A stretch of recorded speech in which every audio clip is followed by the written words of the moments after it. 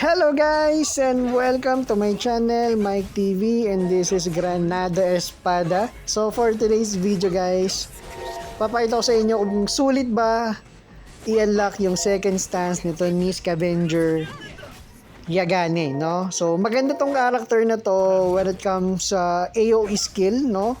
Kung gusto mong mag-grind, so I think siya yung the best character dito sa game. So makukuha nga pala si Yagane dito sa sa scout, no? Yan, dahil nakuha natin siya. So, edi swerte natin. Ayun. Swerte natin na nakuha siya. And yung skills niya kasi guys is more on AoE, no? Meaning multiple enemy yung tinatamaan. So, chinek ko rin yung kanyang second stance. Ganun rin, and one of the best skills na nakita ko sa kanya is merong life steal, no? So, ito yung kanyang life steal.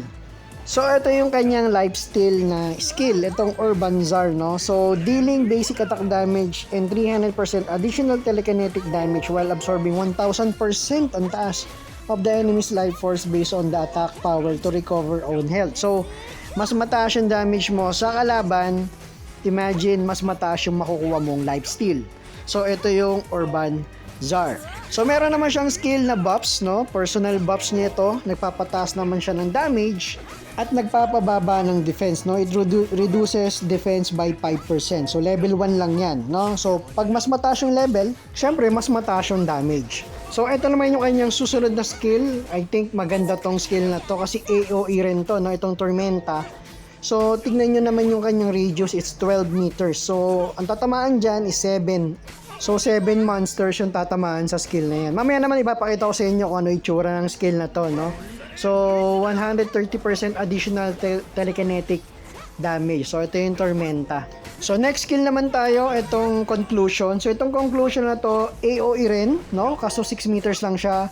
So, 4 na monster ang tatamaan, no? Maganda rin dito is dealing basic attack damage and 350 additional telekinetic damage and knocks back, no? Maganda rin to kasi may knocks back sa mga kalaban, lalo na kapag marami, no? So, mahirap kasi kapag marami umaatake sa'yo, na sunod-sunod, madali ka mamatay, no? Ang pinartner ko dyan kay Scavenger, itong si Falso, kasi maganda rin kanyang skill, especially yung second stance niya, is itong Rueda Ventana, is AoE rin siya, no?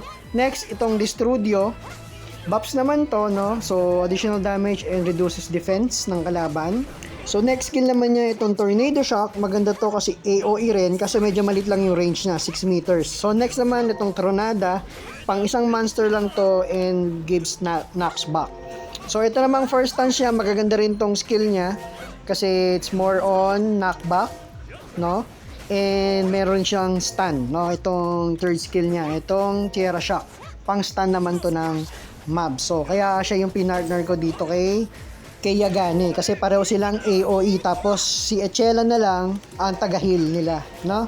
So, the best combination, no? Para sa akin, best team so far pagdating sa pag-grind, no? Kasi dalawang character ko dito ang mayroong parehong AoE skill. So, mabilis silang pumatay ng mobs or ng mga monster sa dungeon. So, try na natin i-unlock yung second stance nito ni Yagane. Punta kayo ng manufacture, hanapin niyo yung unlock stance, hanapin niyo yung book nito ni Yagane, no? Scavenger Yagane. Medyo madugo lang yung requirement nito at kailangan mo ng malaking pera dito, no? Kailangan mo ng 2 stance book, no? Nakakrap lang yan. And 20 pesos itong stance book piece, no? 20 pieces, imagine 20 pieces. Mabibili mo yan using gold ticket, no? Yung mga requirement dyan. Katulad nitong stance book, piece, at yung isa, no? Yung kulay violet. Alright, so dito mo mabibili yan sa event. Punta kayo sa pinakababa, yung Grand Launch Exchange event. Yan yung mabibili ninyo using gold ticket, no? Golden ticket. 20 pieces yan, 40 golden ticket each. So, kailangan mo ng 20 pieces. So, kayo na magkwenta o gaano karaming golden ticket ang kailangan nyo para makabili kayo ng 20 pieces.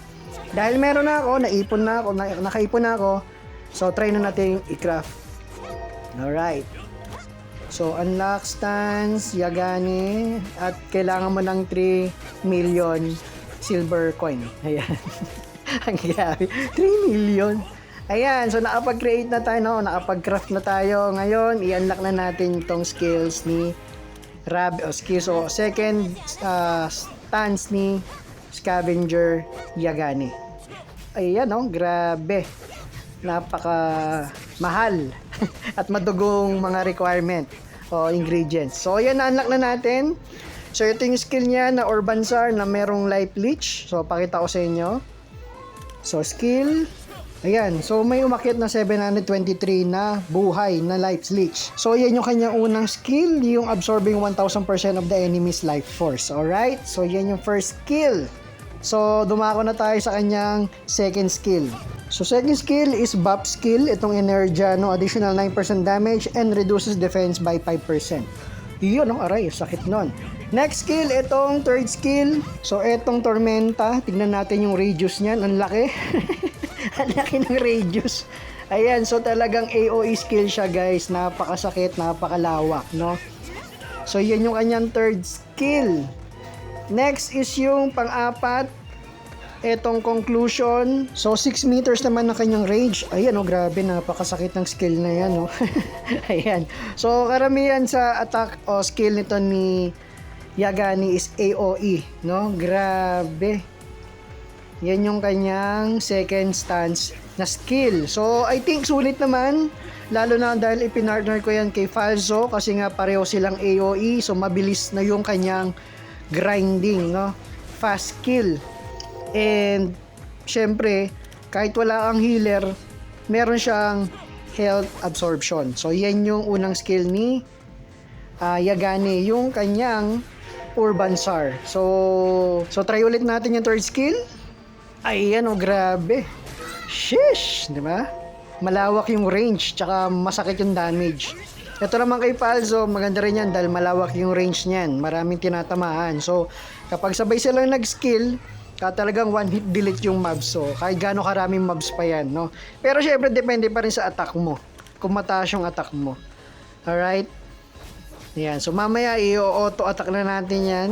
So, AFK na natin yan. Dito sa dungeon.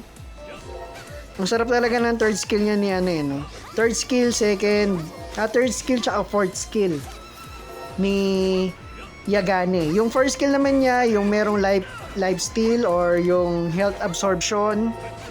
Tapos yung second skill niya, yung buffs, pareho sila ni Falzo na additional attack and reduces defense ng kalaban. Alright, so yan lang muna tayo, guys. If ever may mga questions kayo, yan, mag-comment lang kayo. And syempre, kung nagustuhan mo tong video na to, huwag mo na makalimutang i-like, i-share, at syempre kung hindi ka pa nakasubscribe, i-click mo na yung subscribe button at yung notification bell para lagi kang updated sa mga bagong videos na pinopost ni Kuya Mike. Ayan. So again, maraming salamat sa panonood and see you again sa aking guide or sa tips dito sa Granado Espada. Let's go! See you sa next video.